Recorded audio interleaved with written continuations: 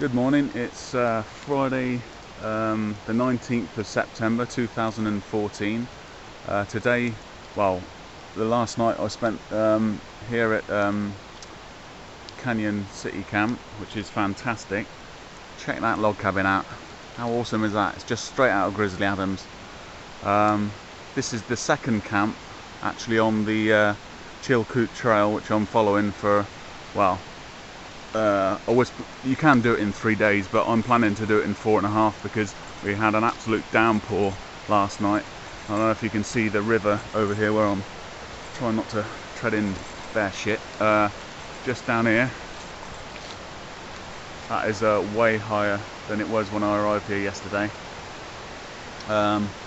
Just in case you're wondering, my name's Rob Satchel, and I'll be your trail guide for today.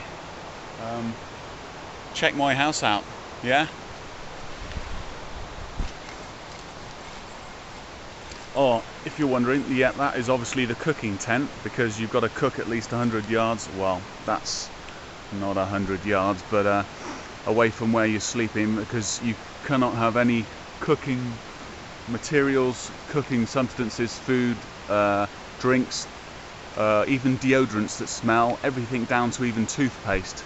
You have to keep in that. See that little double metal locker there, that box here, that's a bear box, and you can keep all your food shit in there. And check this out, sometimes it's, I don't know if you can see that, there is instructions, but obviously the bears don't want to read. You just got to push it up and open it. There's my backpack with my day gear in, well, basically that's just been converted to containing food and stuff. Check that little waterfall out, isn't that cool? Yeah. Don't know what that is, that's some other bin.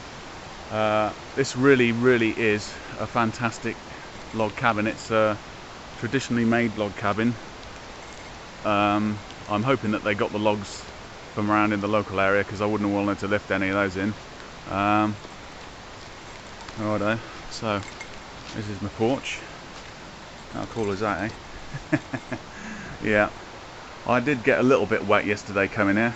But thankfully it was a 100% chance of rain, but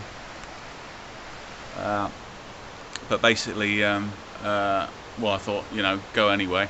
I must have left or started at the trailhead, which is about 7.5 miles in that direction, and yeah, it took me about 4 hours to get here. That was quite slow for me, because I was stopping every 5 minutes to take photos, but you'll see those if you can stand to, you know, go through the millions of them. This is the front door here. Look at all this old stuff. That the old, I guess it's a kerosene lamp. I mean, old bits from the pioneer days. Look at that. That's homemade snowshoe. That is sweet, eh? All this stuff down here. I had to make a little bit of a fire last night to in the little. They've got like a wood log burner in here. Just to dry out my not so new trainers and socks, obviously, and my t-shirt. Didn't get wet because I beat the rain here. I was here by about 4:30, but yeah. Here's the I don't know if you can see this in here. I'm just going to check the screen. Yeah, just about.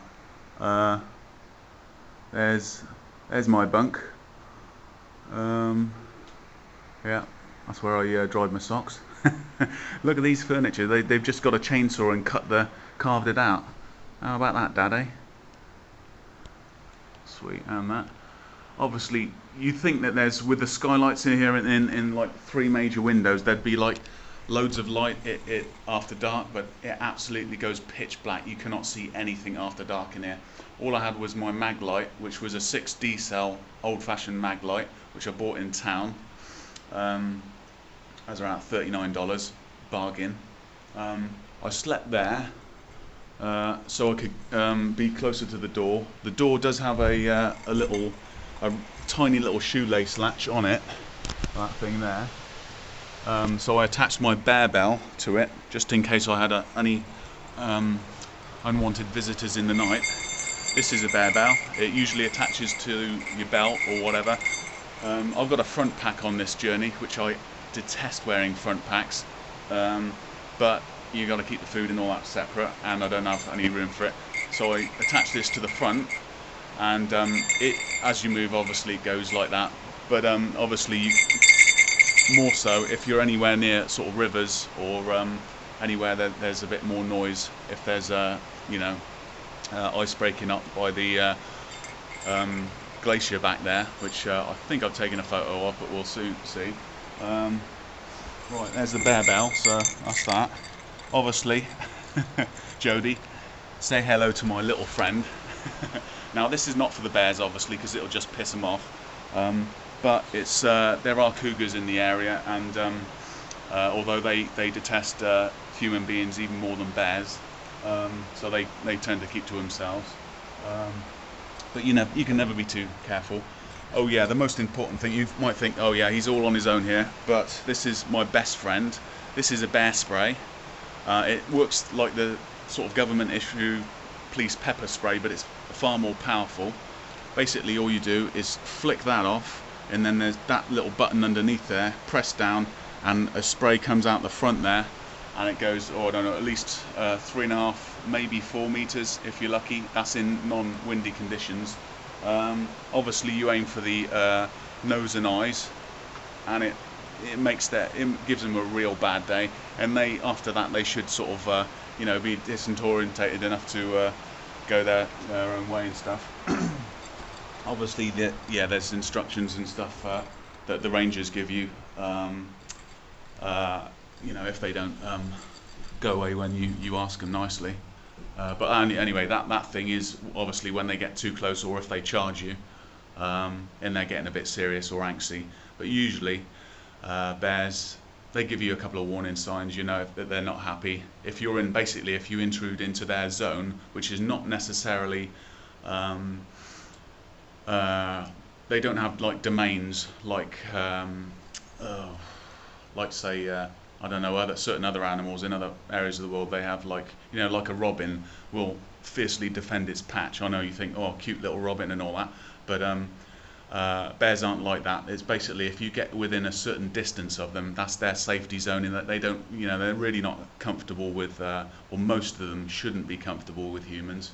The two bears that I encountered and got a little bit too close to in North Vancouver Island was a black bear. I thought, oh lovely, he's so cute and he's lovely, and he climbed up the tree, and of course Mama Bear was right behind him, and she was like going and that's the first warning sign to put your arms up like that, and say it's important to speak calmly always to the bear in a monotone voice. So never raise your voice, never scream or shout at them, even if they're trying to attack you.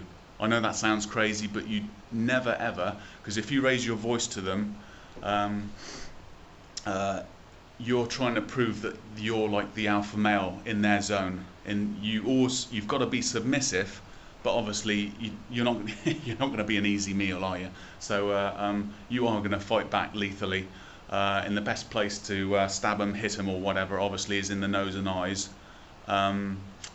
Yeah, but obviously, if you are being attacked, we've gone off on a real tangent here, but it's important. You lie on the ground face down, legs slightly apart, lying face down on your belly, because you're protecting all your vital organs doing that. You interlock your fingers, or just keep them covered over the back of your neck. That's very important, and keep your face to the ground, because they will always try and attack your face and your neck. Obviously they would me, because they wouldn't like my face, but normally it's just what they're that's what they do. It's the easiest thing. It's like a mountain lion.